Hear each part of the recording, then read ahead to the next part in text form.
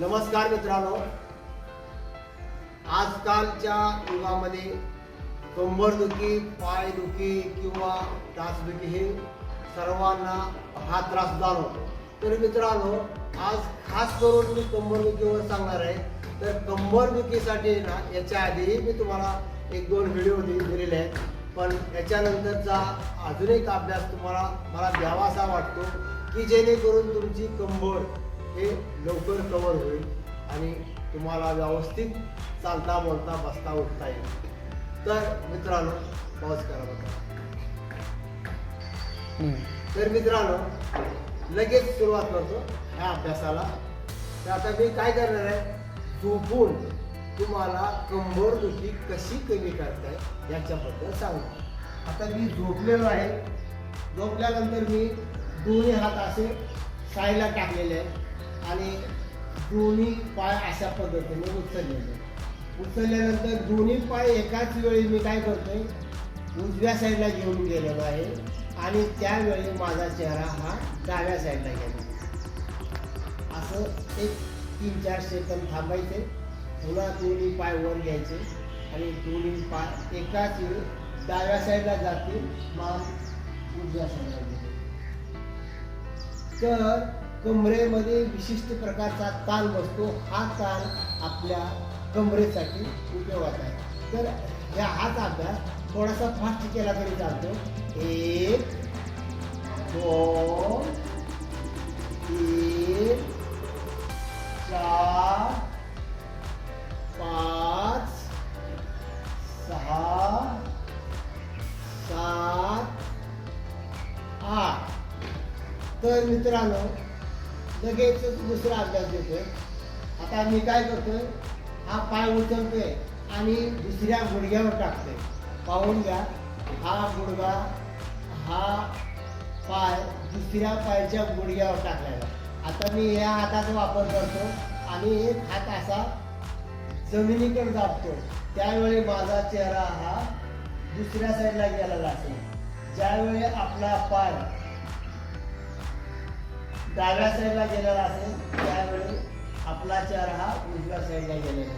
सावकाश करायचं आहे, कुठेही दुखापत झाली नाही पाहिजे. दुसरा पाय घ्यायचा, दुसऱ्या पायावर टाकायचा आणि दुसऱ्या हाताने आपला हा पाय, हा गुडघा जमिनीकडे दाबायचा आहे. त्यावेळी आपला चेहरा हा दुसऱ्या साईडला असेल. सावकाश करा, खूप छान आहे. आता पुन्हा एकदा हीच क्रिया पहा. 1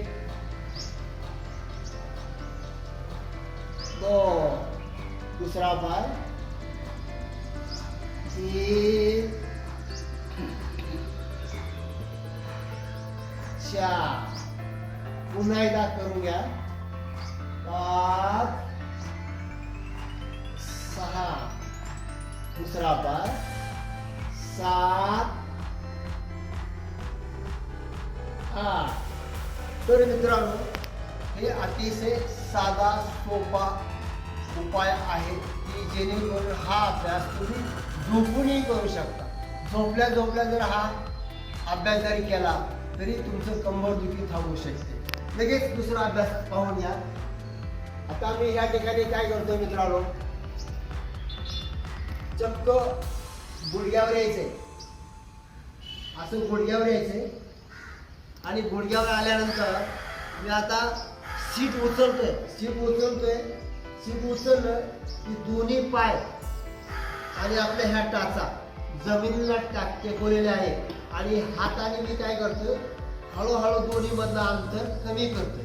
आता ह्या ठिकाणी काय होतंय पहा, या ठिकाणी हा जो पाय आहे, हा पाय तर भरपूर प्रमाणात एक ताण तयार झाला आणि गुडघ्यामध्ये सुद्धा अतिशय छान पद्धतीनं ताण तयार झाल्यामुळं गुडघा, कंबर आणि सायटिका ह्याच्यासाठी हा अभ्यास खूप छान आहे. मान आत टाकायची, दोन्ही पायाच्या टाचा जमिनीला टेकवायचे.